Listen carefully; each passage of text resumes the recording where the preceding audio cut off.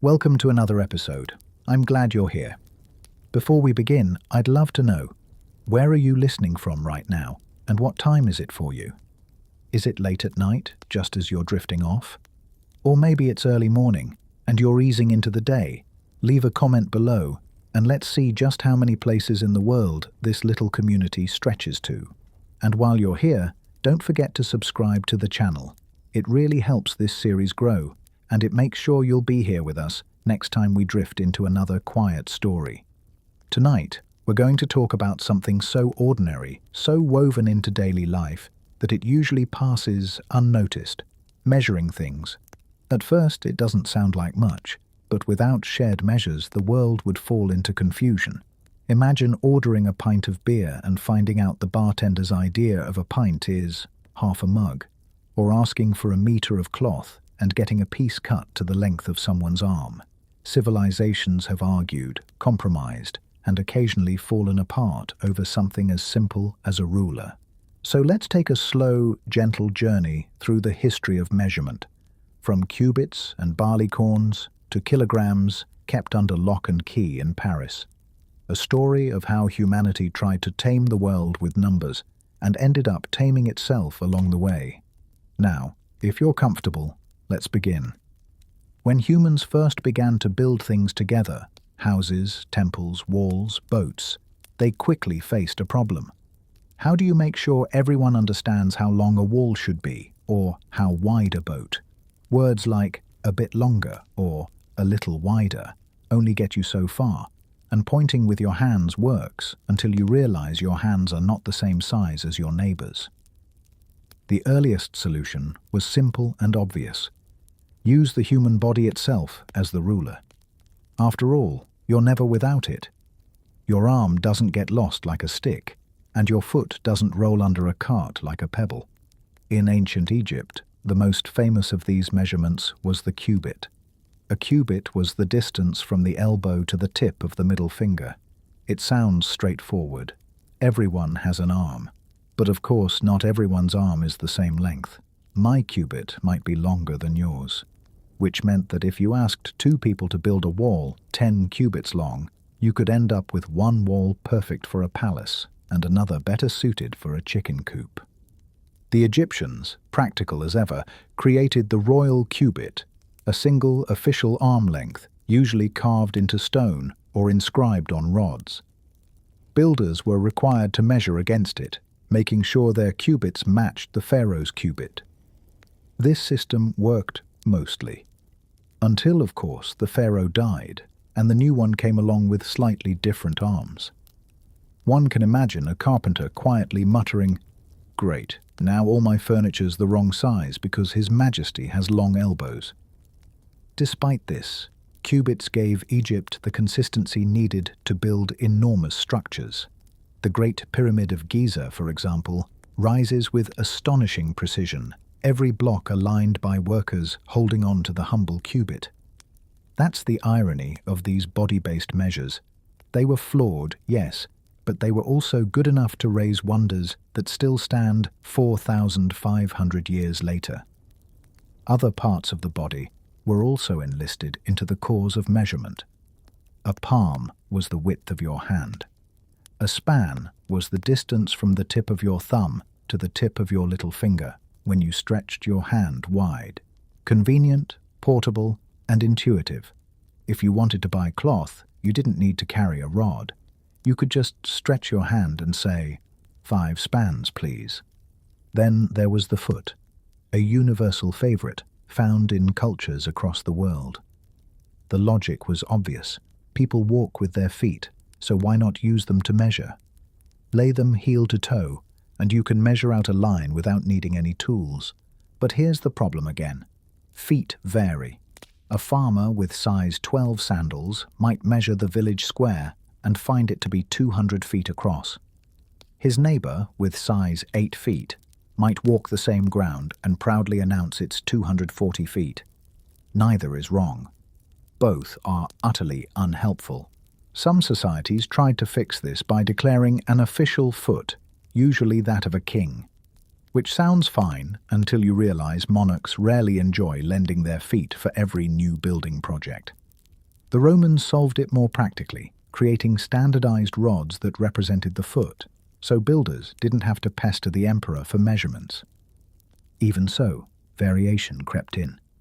The Roman foot was about 29.6 centimeters, while the Greek foot was closer to 30.8. And in truth, every region, every city, often had its own foot, its own cubit, its own idea of how long really was. By the Middle Ages, the chaos of measurement reached even the smallest scales. In England, 1 inch was officially defined as the length of 3 barleycorns laid end to end. This sounds poetic, nature lending its grain to the service of order. Except, of course, barleycorns don't grow in perfect sizes. Some are plump, some are thin. Imagine a shoemaker arguing with a customer. "Sorry, sir, your new boots are absolutely the right size. It's just that today's barleycorns were unusually small." Still, the barleycorn stuck around. In fact, shoe sizes in the UK are still based on them. 1 shoe size equals 1 barleycorn in length, about 1/3 of an inch. So next time you slip on a pair of trainers, you can thank medieval England for your corn-based footwear system. And then there was the grain, another unit, this time of weight. A grain was based on, naturally enough, the weight of a grain of wheat or barley. Apothecaries used it to measure medicines, goldsmiths to weigh precious metals. Again, it was a lovely idea, but not exactly reliable. Not all grains weigh the same, but it shows how deeply humans trusted nature as a yardstick. Instead of inventing their own standards, they borrowed the small, consistent things they saw every day. All of this might sound charmingly rustic, cubits, spans, barleycorns, but in practice, it created enormous confusion. Imagine a marketplace in medieval Europe. A cloth merchant from one town arrives to sell linen in another. He measures it out in ells, a unit based on the length of an arm. But his ell is 27 inches, while the local ell is 25. Customers accuse him of shortchanging them, while he insists his ell is perfectly respectable back home. Or picture a caravan bringing spices from the east. The merchants measure in cubits, but whose cubit? Which arm did they use? Every trade deal became a potential argument, and in trade, arguments mean lost trust, and lost trust means lost wealth. Travelers complained constantly about this problem. A pound of wool in one town could weigh more or less than a pound of wool in the next. Even the word mile varied wildly. In England, it might mean 1,600 meters, while in Italy it could mean something quite different. Imagine trying to calculate travel times when the very idea of distance shifted from one border to the next. The inconsistency could even become dangerous. Builders working on a bridge or a canal might find their measurements didn't match up, leading to crooked structures or worse, collapses. Ships built to one standard might not fit properly into docks measured by another. It was, in a sense, organized chaos. Everyone measured, but no one measured the same way. The body had given humanity a convenient, portable system, but it was also deeply personal, unreliable, and maddening for anyone who tried to look beyond their village or kingdom. And so, slowly, societies began to realize that relying on nature and body parts wasn't enough. The more humans traveled, traded, and built, the more they needed consistency. Measuring had to move from the personal to the universal, from the arm of a farmer or the foot of a king to something everyone could share. But before that great shift, before meters and kilograms and scientific constants, there was a long, awkward period where people did their best with what they had. Arm lengths, feet, palms, barleycorns, grains. A world of measuring, improvised and imperfect, yet good enough to build cathedrals, navigate seas, and trade across continents. There's something strangely human about it. Our ancestors used their bodies as tools because that was what they trusted most. And though it created chaos, it also carried them forward until something better arrived. For thousands of years, People measured with their own arms, hands, and feet. It was convenient, but also deeply inconsistent. A merchant's ell might not be the same as a weaver's.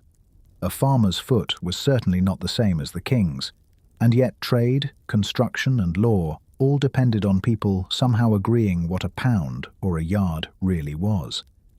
So began the long, often frustrating quest for standards. The earliest attempts were surprisingly physical. Rulers, priests, and city leaders created official reference objects, rods carved in stone, bars of bronze, or carefully marked wooden staffs. These were stored in temples or government halls, where anyone could, at least in theory, check their own measures against the official one. The Sumerians, around 2500 BCE, had such reference standards, carved into stone tablets with marks showing units of length. Ancient Egyptians had cubit rods, carefully notched, that served as the master model for builders. These rods were guarded carefully, because if someone tampered with them, entire building projects could collapse into error. The logic was simple. If everyone compared their ruler to the same ruler, you'd get consistency. But humans being humans, it didn't quite work out so neatly. Wood, for example, was a terrible material for measurement. It swelled in damp weather, shrank in the sun, warped over time. A standard yardstick in one season might be longer or shorter by the next. Metals were better, but they wore down too. A bronze weight, used every day on a balance scale, would slowly lose shavings of metal, making it lighter. Which was good news if you were selling grain by weight. Suddenly you could sell less and claim it was more. Not such good news for the customer. And of course, fraud thrived in these cracks. There are endless complaints from the ancient world about merchants cheating with false weights and measures. A scale tipped ever so slightly, a rod filed down just a little. Some rulers issued brutal laws to prevent this. In Mesopotamia, cheating with weights could bring severe punishment. In medieval Europe, entire inspectors' offices were dedicated to hunting down dishonest measures. Imagine a medieval consumer protection agency, but instead of sending polite warning letters, they might throw your fake weights into the river and fine you publicly in the town square. Because measurement wasn't just about commerce, it was about fairness. When you bought bread, when you paid taxes, when you sold cloth, everything hinged on a shared trust that a pound meant the same thing for both buyer and seller. Without that, suspicion ate away at society. This is why lords, kings, and emperors made such a display of stamping their authority on weights and measures. A metal weight in a market might be marked with the seal of the local lord, or even the crest of the king. That little stamp meant, this measure is true, this weight is honest. It was as much about politics as about accuracy. The ruler wasn't just ensuring fairness, he was reminding everyone that fairness flowed through his authority. But even with stamps, the problem persisted. Each region had its own standards. The French pied du roi, the king's foot, was slightly different from the English foot. Within England itself, the length of an EL could vary from town to town. A traveller crossing a border might find their yard suddenly didn't fit the local definition. Imagine trying to sell cloth across Europe when every few days your goods were suddenly too short or too long, depending on who ruled the land. Some leaders tried bold reforms. Charlemagne, in the early 9th century, attempted to standardize weights and measures across his vast empire. He issued decrees demanding a uniform system, the same pound, the same ell, the same measures of grain, from the Pyrenees to the Rhine. But empires crumble faster than local habits change, and after his death, his carefully planned standards drifted back into regional chaos. The reliance on physical standards was both necessary and fragile. A rod carved in stone could be chipped. A bronze weight could be filed. A wooden ell could shrink. The more people relied on them, the more these tiny changes mattered. And so society developed inspectors, officials, and scribes to maintain the system. Entire bureaucracies rose up, not to build or trade, but simply to check whether other people were building and trading honestly. There's something almost comical in this picture. A farmer trudging to town carrying a sack of grain has to place it on the scales. A suspicious inspector peers at the balance, sniffs at the metal weight, checks the stamp, and perhaps declares, "This pound is no pound at all for a few loaves worth of wheat." But these rituals kept trust alive. Without them, the whole fragile system of medieval markets would have collapsed. And then there's the deeper irony. People placed enormous trust in rulers' measures, even though rulers were just as fallible. A king's ell might be slightly longer than his father's. A sultan's pound might not match the caliph's pound 2 provinces over. Fairness depended not on an eternal truth, but on the whims and bodies of leaders. If the pharaoh's cubit was law, then law itself stretched or shrank with the pharaoh's arm. We can see echoes of this fragility in the complaints of medieval townsfolk. Chronicles record disputes over market stalls, accusations of bakers selling underweight loaves, cloth merchants cutting corners, literally. In England, one scandal erupted when it was discovered that wine casks were being made slightly smaller than the standard ton, cheating buyers out of gallons with every purchase. No wonder tavern-goers were quick to anger. To us, it seems absurd that societies lived for centuries in this fog of half-matching measures. But for them, it was simply life. A system patched together with rods, weights, stamps, inspectors, and trust. A world where fairness was not absolute, but negotiated. And perhaps that's the heart of it. Measurement wasn't just a technical problem, it was social. It was about people agreeing to believe in the same rod, the same weight, the same stamp. Fairness didn't come from nature. It came from human agreement, enforced by power. That's why the quest for standards was never just about accuracy, it was about authority. When a ruler stamped a weight, he wasn't just saying, "This is a pound," he was saying, "This is my pound, and you will use it." Standardization was control, subtle, everyday control, woven into every loaf of bread and every yard of cloth. Yet beneath the politics and fraud, the slow movement was undeniable. Humanity was learning that measures could not rest on bodies or rulers alone. They needed something beyond the arm, beyond the foot, beyond the whim of a local lord. Something universal, something grounded in the world itself, rather than the people who ruled it.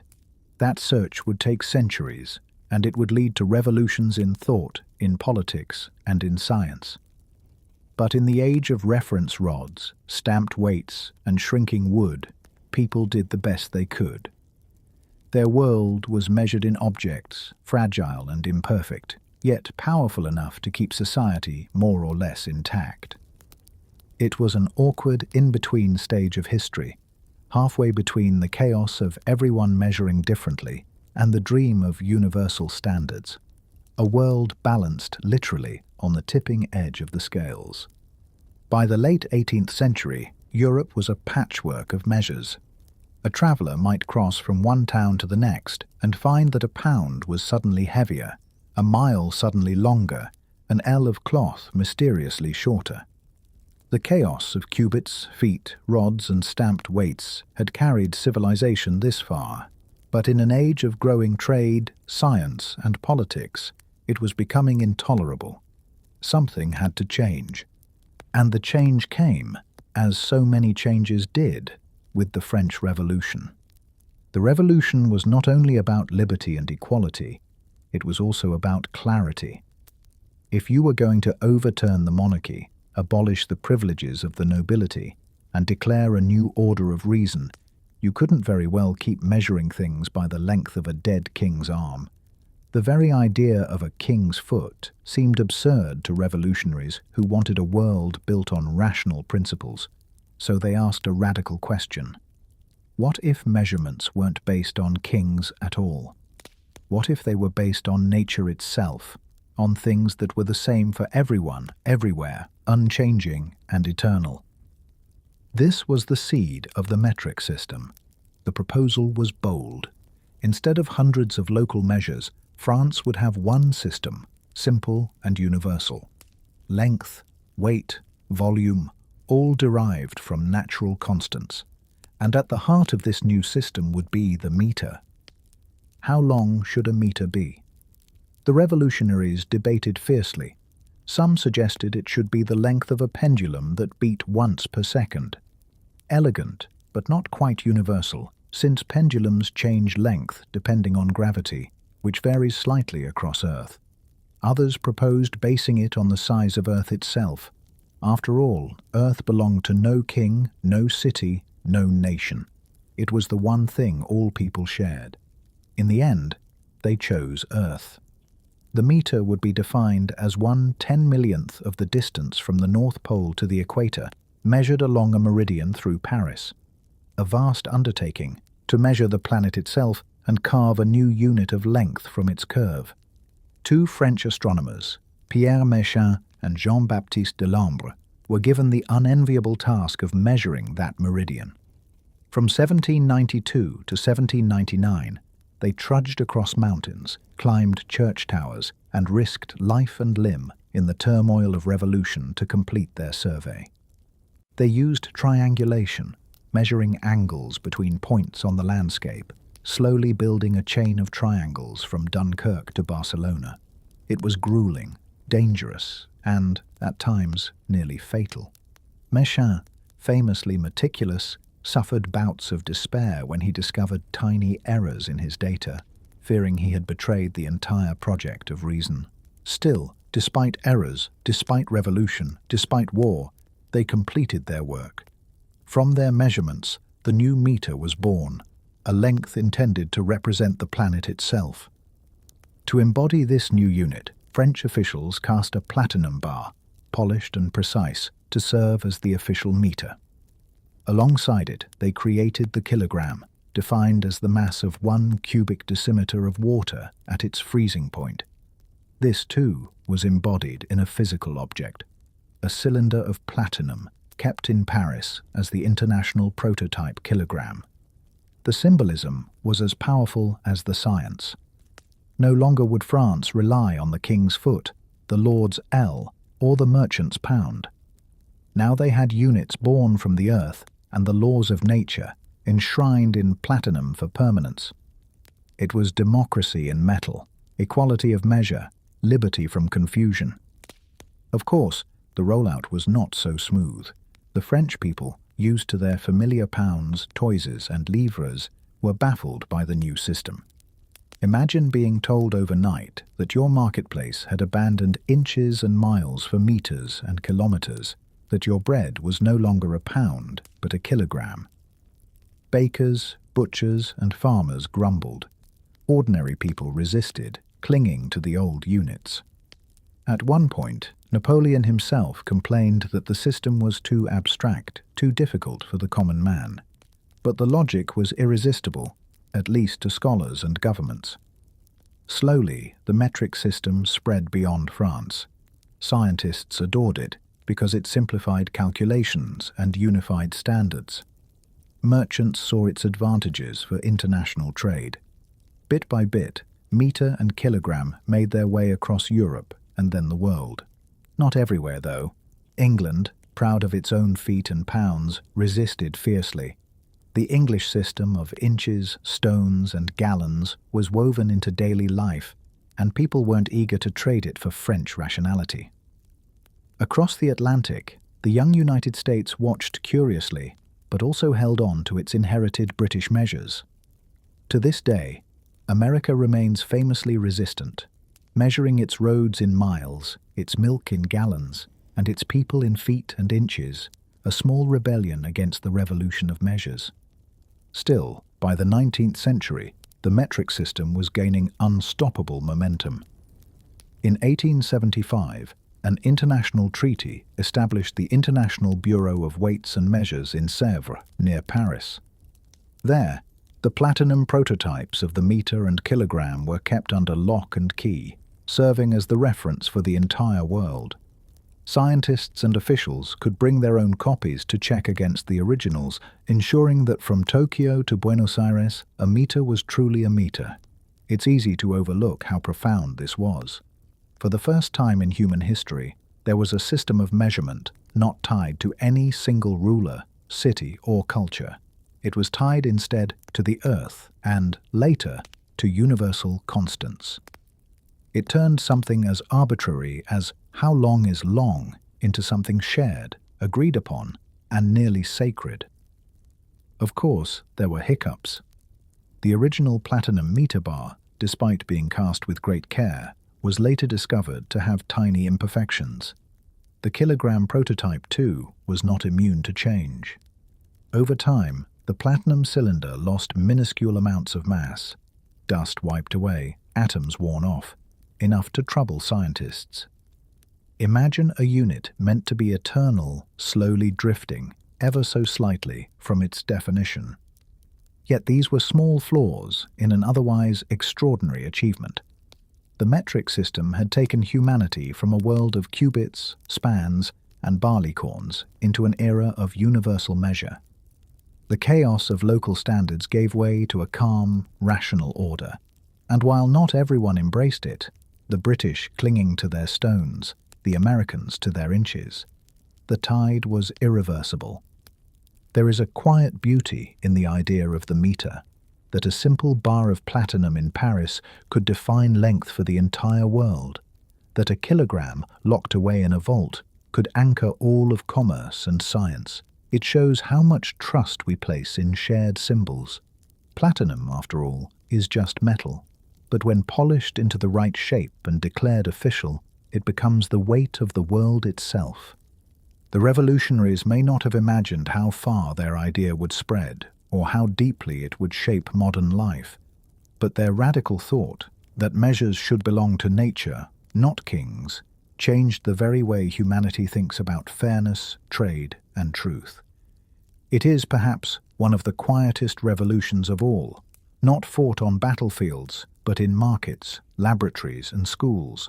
A revolution measured in meters, kilograms, and liters. A revolution still unfolding today. By the middle of the 19th century, the dream of a universal system of measurement had taken physical form. The meter had its bar, the kilogram had its cylinder. Both were made of platinum, polished and precise, and both were guarded with the seriousness usually reserved for sacred relics. But as the world leaned more heavily on these standards, a curious anxiety began to creep in. Because what happens when the very object that defines truth might itself change? The kilogram story is the strangest of all. In 1889, the International Prototype Kilogram, or IPK, was created. It was a simple cylinder of platinum mixed with 10% iridium, chosen because platinum is dense, resistant to corrosion, and very, very expensive, qualities that made it both stable and difficult for anyone to tamper with. About the size of a plum, standing 4 centimeters tall, it was unassuming. If you saw it in a shop window, you might mistake it for a paperweight. Yet the entire world's definition of mass balanced upon this tiny lump of metal. The IPK was kept in Sèvres, just outside Paris, in the International Bureau of Weights and Measures. It was placed under 3 glass bell jars to shield it from dust and the air.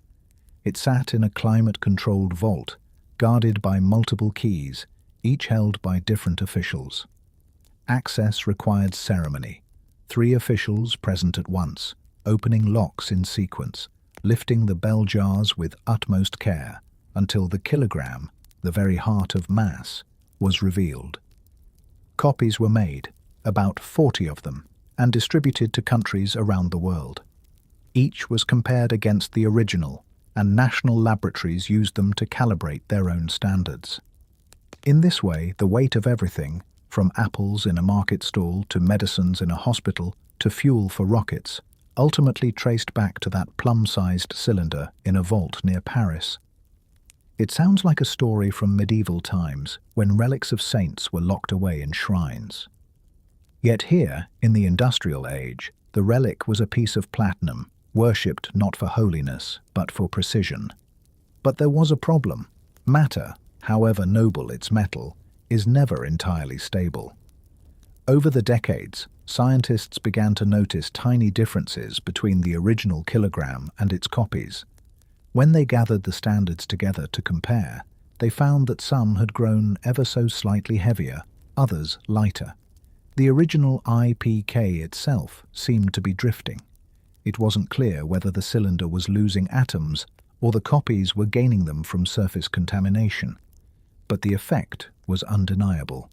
The entire world's definition of the kilogram was changing invisibly under the bell jars. The differences were minuscule, micrograms, the weight of a grain of sand. Yet in the pursuit of science and technology, such differences mattered enormously. Pharmaceutical companies needed precision. Physicists chasing the laws of nature needed perfection. Even tiny shifts rippled outward. If your kilogram today was not the same as your kilogram yesterday, how could you be sure of your experiments, your trade, your trust?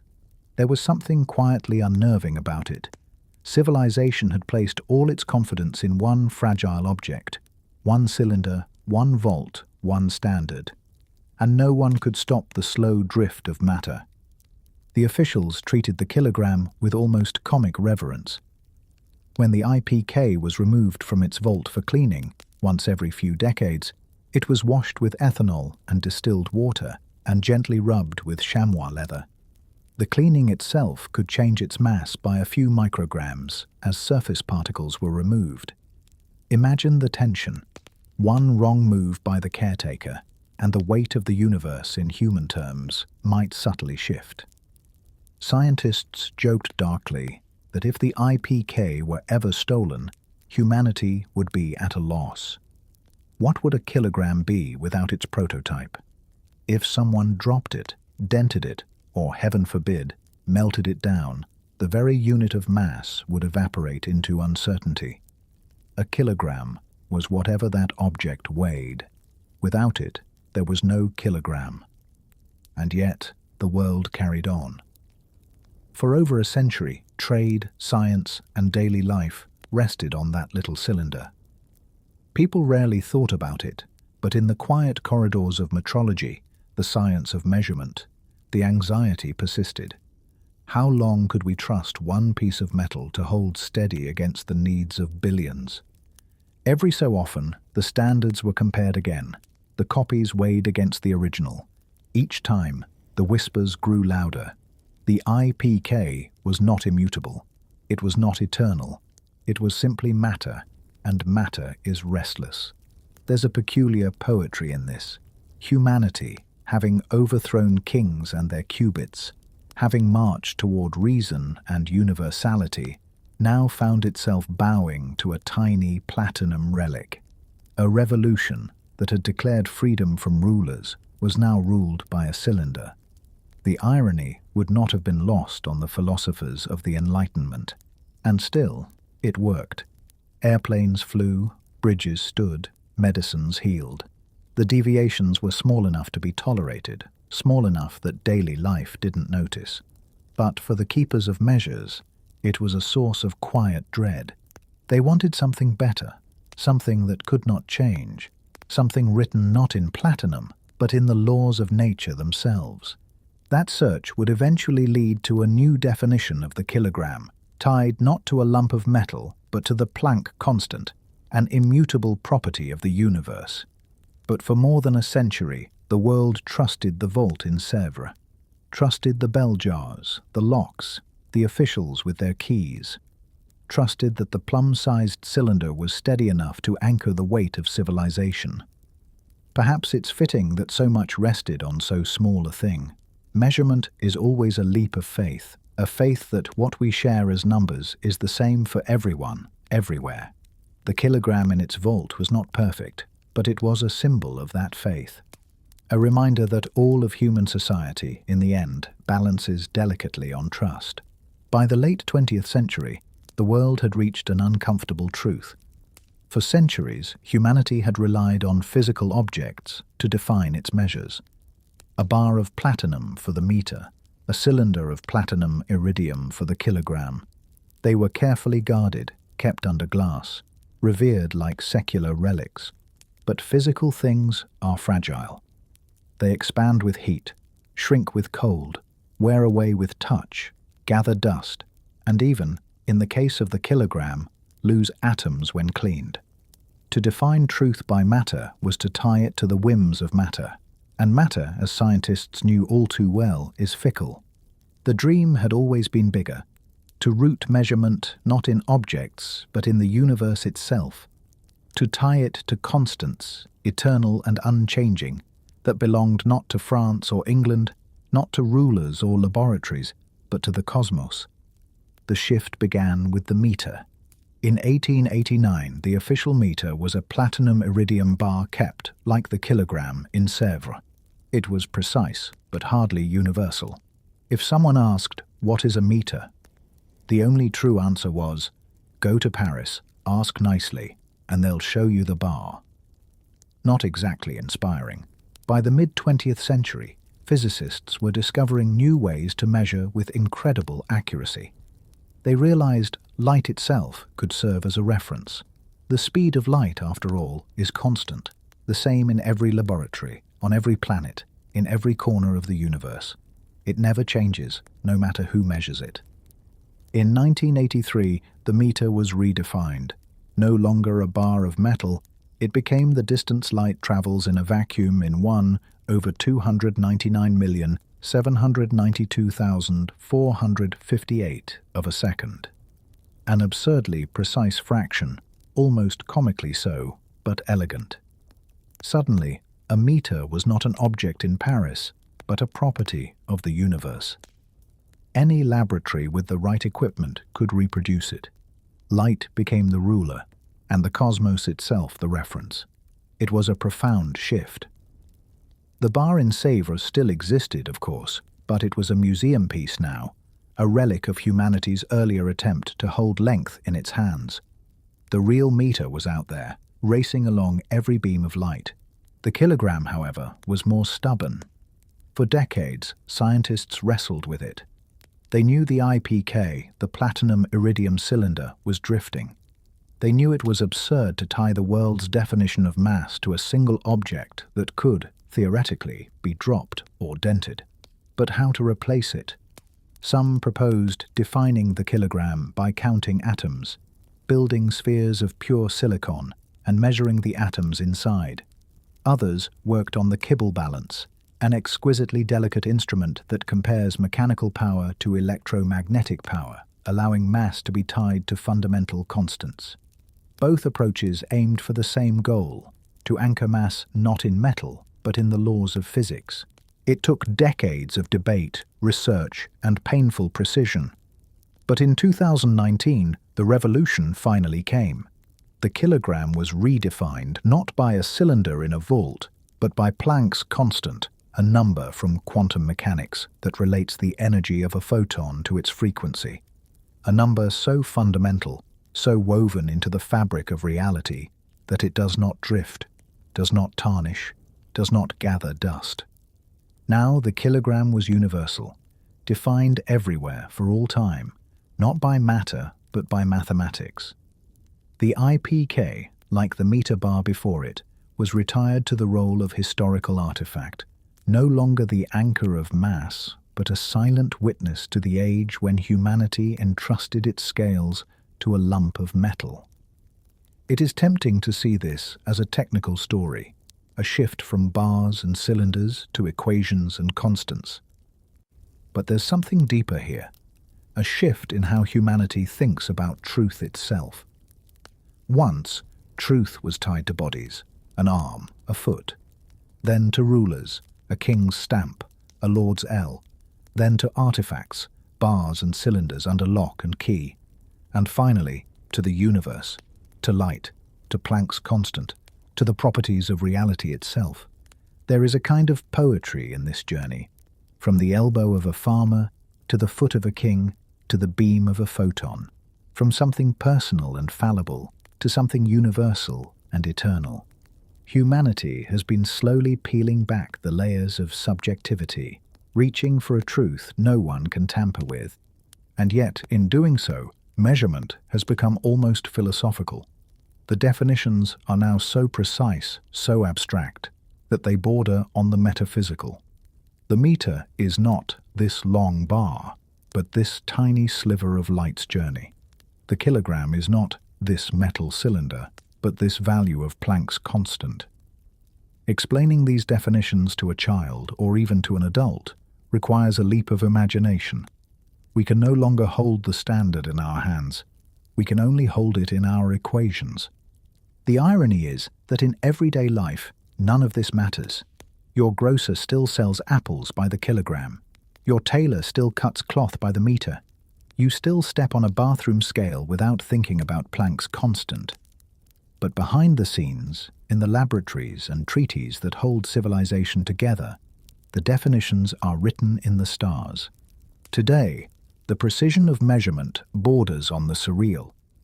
Scientists can measure time so finely that they can detect the difference in how fast a clock ticks on a mountaintop versus at sea level, because gravity bends time itself.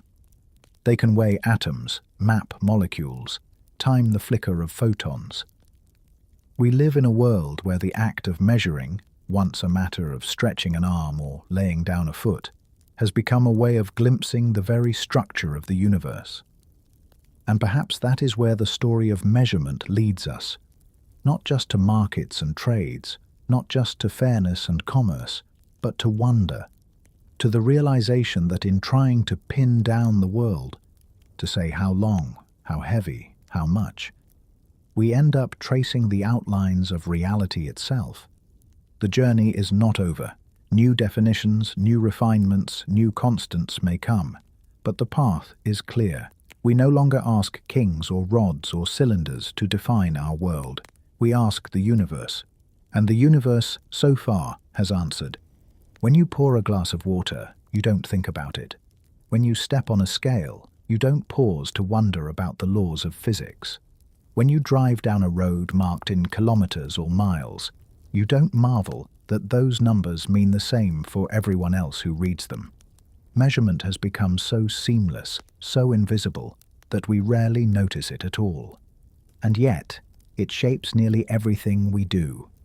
Global trade, for instance, would be impossible without standardized measures. A container ship leaves Shanghai with 30,000 tons of cargo. The buyer in Rotterdam trusts that the ton is the same ton, that the container labeled 1 cubic meter is the same cubic meter.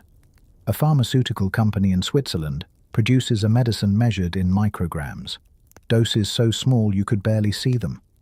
Hospitals across the world rely on those same micrograms to heal the sick.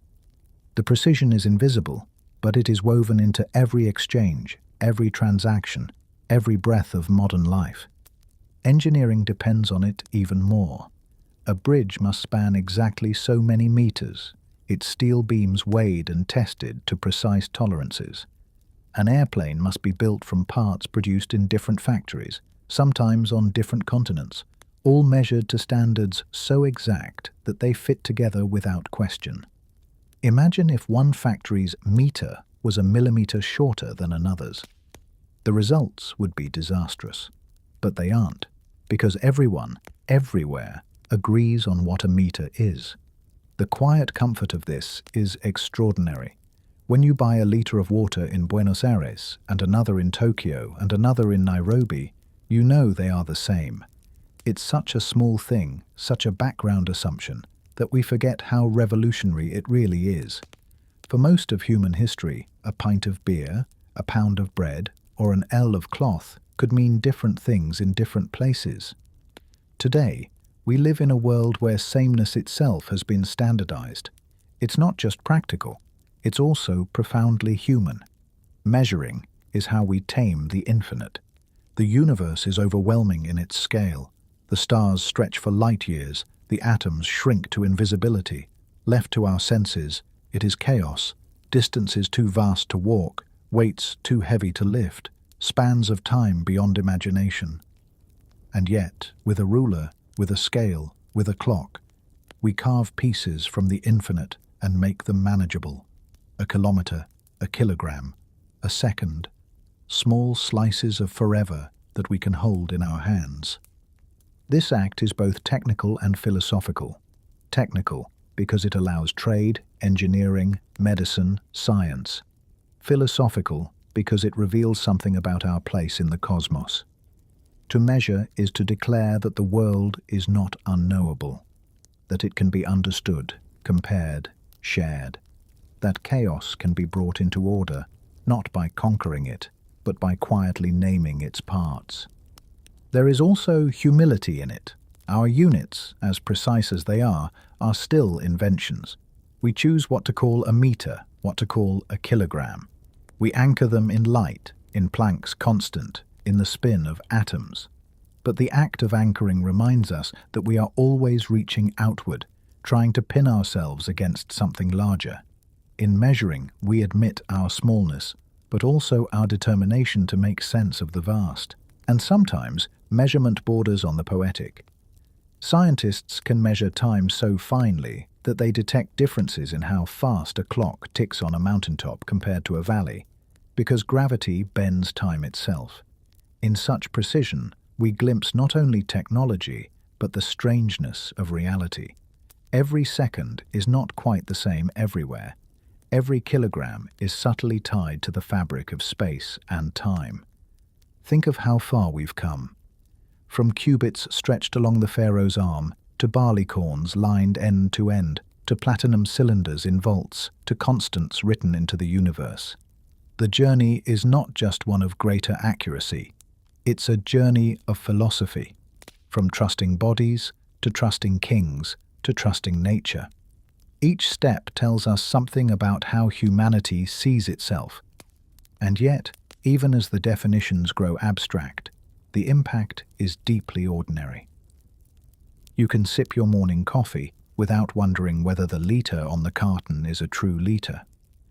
You can board a plane without worrying that the wings were built in inches while the fuselage was built in centimeters.